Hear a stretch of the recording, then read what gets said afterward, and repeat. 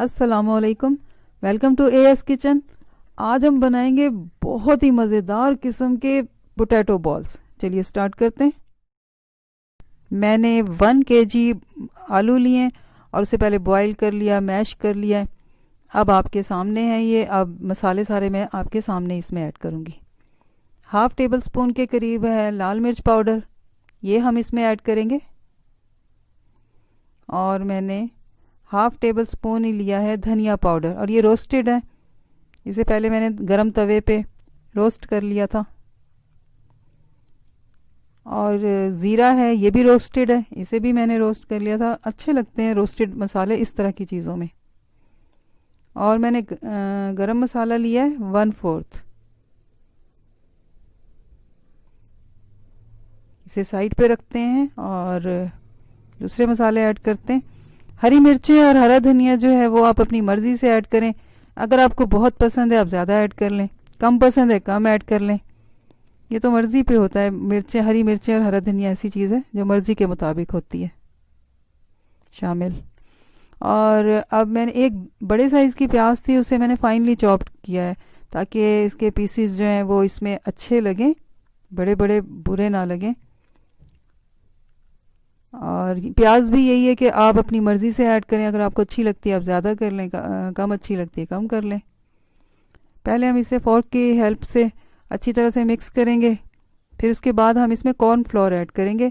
और cornflour add करते हुए हमें जिस बात का ध्यान रखना है वो ये है कि आलूओं को देखना है कि वो किस किस्म के हैं, उसमें मॉइस्चर कितना है। अगर ज़्यादा मॉइस्चर है तो ज़्यादा ऐड होगा, कम मॉइस्चर है तो कम ऐड होगा। तो और बस हमने इतना ऐड करना है कि आसानी से बॉल्स बन जाएं। बाज़ आलूओं में मॉइस्चर बहुत ज़्यादा होता है, बाज़ में कम होता है। तो इसकी भी कोई क्वांटिटी जो है वो फिक्स नहीं है। आप अपने आलूओं को देखते हुए उसमें कॉर्नफ्लोर ऐड कीजिएगा। अभी ये देखें इस तरह का है बैटर कि नहीं बन सकते इससे बॉल, ये हाथों से चिपकेगा। तो हम इसमें अब कॉर्नफ्लोर ऐड करेंगे। फ़िलहाल तो मैं इसमें 5 टेबल स्पून के करीब ऐड कर रही हूँ। अगर देखूंगी और ज़रूरत है तो फिर और भी ऐड करूँगी। और अभी मैंने इसमें नमक भी ऐड नहीं किया है, वो मैं एंड पे करूँगी। इसकी क्वांटिटी को सामने रखते हुए फिर मैं नमक ऐड करती हूँ एंड पे। अभी हम इतना मिक्स करते देखते हैं कि हमें और ज़रूरत पड़ती है या नहीं। पहले मैं फोर्क की हेल्प से करूँगी, उसके बाद फिर मैं हाथ से इसे अच्छी तरह से मिक्स करूँगी।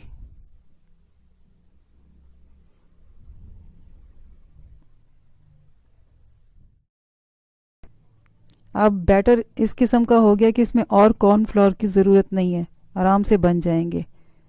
और अब मैं इसमें नमक ऐड कर रही हूँ हस्बे ज़ायका। बस हमने बस मिक्सिंग करनी है और कॉर्नफ्लोर इसमें ऐड नहीं करना। हमारा ज़बरदस्त किस्म का बैटर बना है ये। अब इससे इजीली बनेंगे बॉल्स। बैटर हमारा बिल्कुल तैयार है। अब इसके बॉल बनाएंगे। बस ज़रा मैं हाथ धो लूँ। हम हाथों पे अच्छी तरह से ऑयल लगाएंगे और फिर मीडियम साइज़ के बॉल बनाएंगे।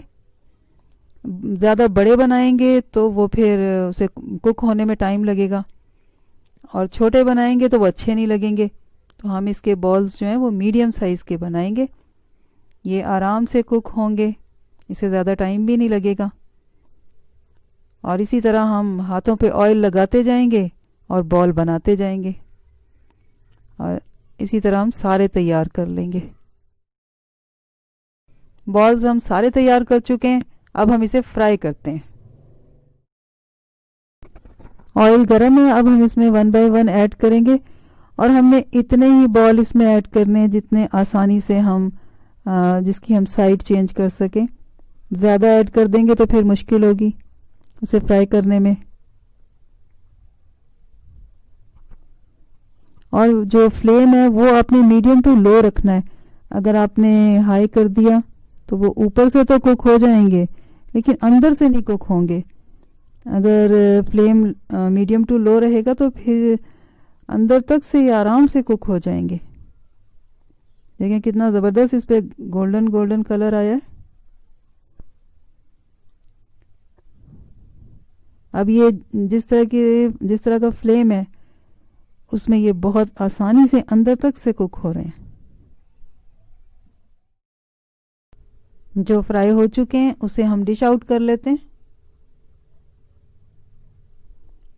ये भी हो चुका है, तकरीबन सारे ही हो चुके हैं।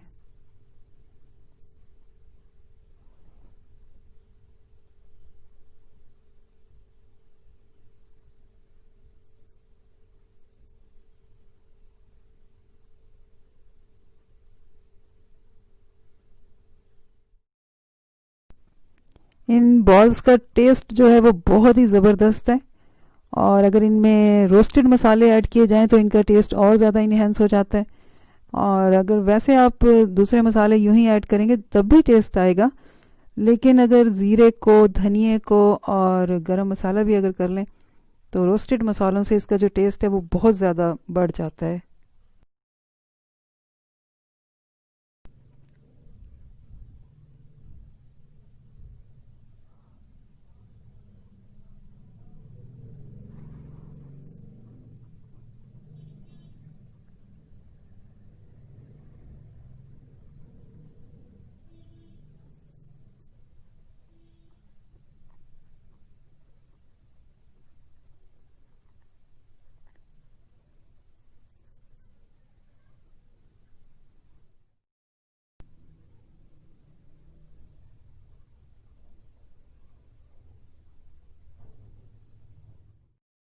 मैंने दही की चटनी बनाई है, और इसे किसी भी चीज़ के साथ आप खा सकते हैं।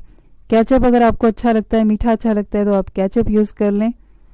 और अगर आपको बहुत तेज़ पसंद है तो सिर्फ कोई भी चटनी आप यूज़ कर सकते हैं, हरी मिर्चों की चटनी यूज़ कर सकते हैं। और दही वाली चटनी पसंद है तो दही की चटनी के साथ इसे खाएं।